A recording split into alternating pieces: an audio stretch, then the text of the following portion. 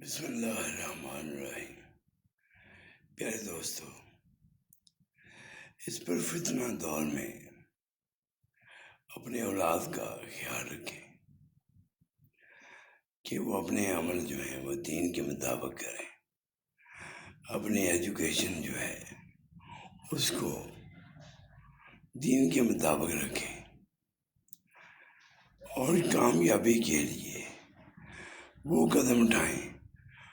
جو دین اسلام کے مطابق ہو، کیونکہ غیر اسلامی جو جماعتیں ہیں وہ نوجوان کو گمراہ کرنے کے لیے طرح طرح کے ہتھ کنڈے استعمال کرتے ہیں، اور ہم پہ فرض ہے کہ ہم اپنی اولاد کی جو تعلیم ہے اس کا خیال رکھیں، ان کے کاموں کا خیال رکھیں،